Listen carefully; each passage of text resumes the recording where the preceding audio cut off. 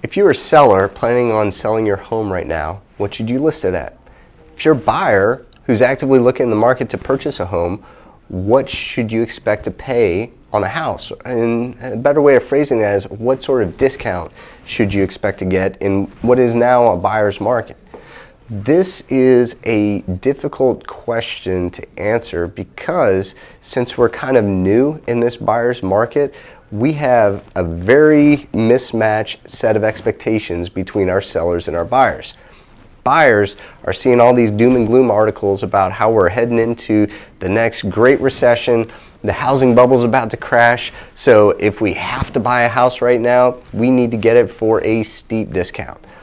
That is very different from a lot of sellers which are not as active in the real estate news typically, so they're looking at what their neighbors sold theirs for, which may have been 6 months, a year, 2 years ago, and they're kind of pulling some information from that, maybe the occasional thing that they see, but of course the sellers are going to focus on the rosy articles that, hey, this market isn't as bad as we thought it was. Janet Yellen just said we achieved the soft landing, so recession averted, right?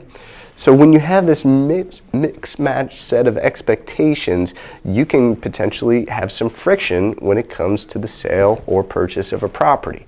If the seller is thinking that my property should sell for this number and not a dime less, otherwise I feel like I'm getting taken advantage of, and you've got a buyer that says, I should be able to buy this house for this much of a discount and not a penny more, otherwise I feel like I'm taken advantage of, you have to figure out a way to reconcile those two attitudes and mindsets as it comes to the transaction of buying and selling a home.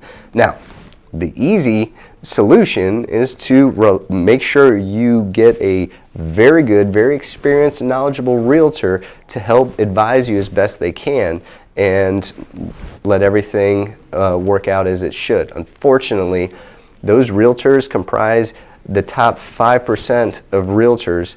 The rest of the 95% of realtors do not have the expertise, do not have the knowledge, and are not properly advising their clients. And as you might have guessed, these 95% of realtors are working with a lot of clients.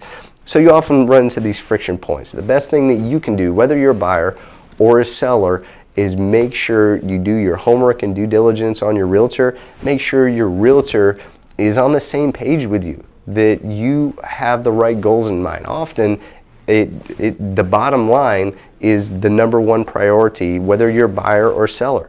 For a seller, you want to get as much money as you can for the property. If you're a buyer, you're going in value based. How can you, as my realtor, negotiate the price down as much as possible?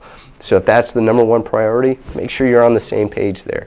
If the ease of the transaction or the quickness of the transaction, if you're a seller, is number one priority, make sure you're on the same page with your realtor there so they can best advise you and make sure that the outcome of the transaction is what you want it to be, what you expect it to be, and the expectations that you have are at least met.